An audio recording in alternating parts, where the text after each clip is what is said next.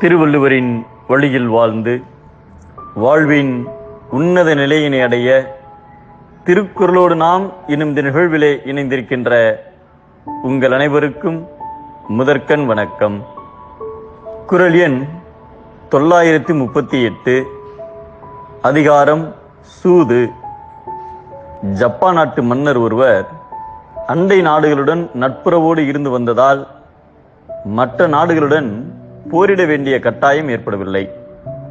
அதனால் படை வீரர்களும் போர் பயிற்சியில் ஈடுபடாததால் அவர்களிடையே ஒழுங்கீனம் தலைகாட்டத் தொடங்கியது. அதற்கு முக்கிய காரணம், படைத்தளபதி எப்பொழுதும் மது அருந்திவிட்டு சூதாட்டத்தில் ஈடுபட்டு வந்தார். இதையறிந்த மன்னர் தளபதிக்கு சரியான பாடம் கற்பிக்க முடிவு செய்து ஒரு நாள் தளபதி சூதாடும் இடத்திற்கு மாறுவேடத்தில் சென்றார். மாறுவேடத்தில் இருந்த மன்னரை தளபதி சூதாட அழைத்தார். தளபதி மதுவின் போதையில் மயங்கி இருந்ததால் தன்னிடம் இருந்த பணம் எல்லாவற்றையும் சூதாட்டத்தில் இழந்தார்.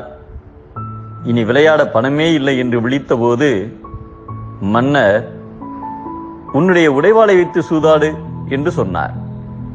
அக்காலத்தில் போர்க்கருவிகள் வீரர்களின் உயிருக்கு உயிரானவையாகவும் அதை முறைகேடாக பயன்படுத்தினால் அது ஒரு இராணுவ குற்றம் என்றும் கருதப்பட்டது. அதனால் தளபதி தன் உடைவாளை வைத்து சூதாட மாட்டான் என்று நினைத்தார் மன்னர். ஆனால் தளபதி சற்றும் தாமதிக்காமல் உடைவாளை வைத்து சூதாடினார். அப்போதும் தோற்றுவிட்டதால் உடைவாள் மன்னருக்கு சொந்தமானது.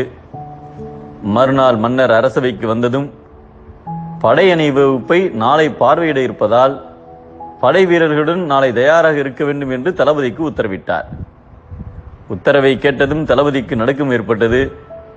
தன்னிடம் உடைவாள் இல்லாததால் மரத்தால் ஒரு உடைவாளை செய்து உரையில் இட்டு அணிவகுப்பிற்கு தயாரானார்.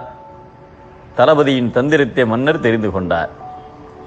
அணிவகுப்பை பார்வையிட்ட போது மன்னர் திடீரென்று ஒரு வீரனை பிடித்து இழுத்து, இவன் ஒரு தேச துரோகி, உடனே இவன் தலையை உன் உடைவாளால் வெட்டி போடு என்று உத்தரவிட்டார்.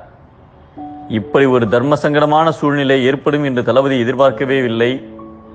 உடனே மன்னரின் கால்களில் விழுந்து நடந்ததை கூறி தனது செயலுக்கு மன்னிப்பு கேட்டார். மன்னரும் அவனுக்கு அறிவுரை கூறி உடைவாளை திருப்பிக் கொடுத்தார்.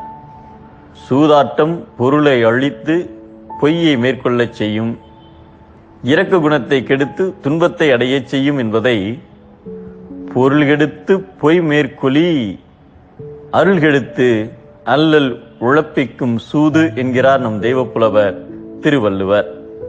சூதாடுவது தீது, நல்வழியே நன்று.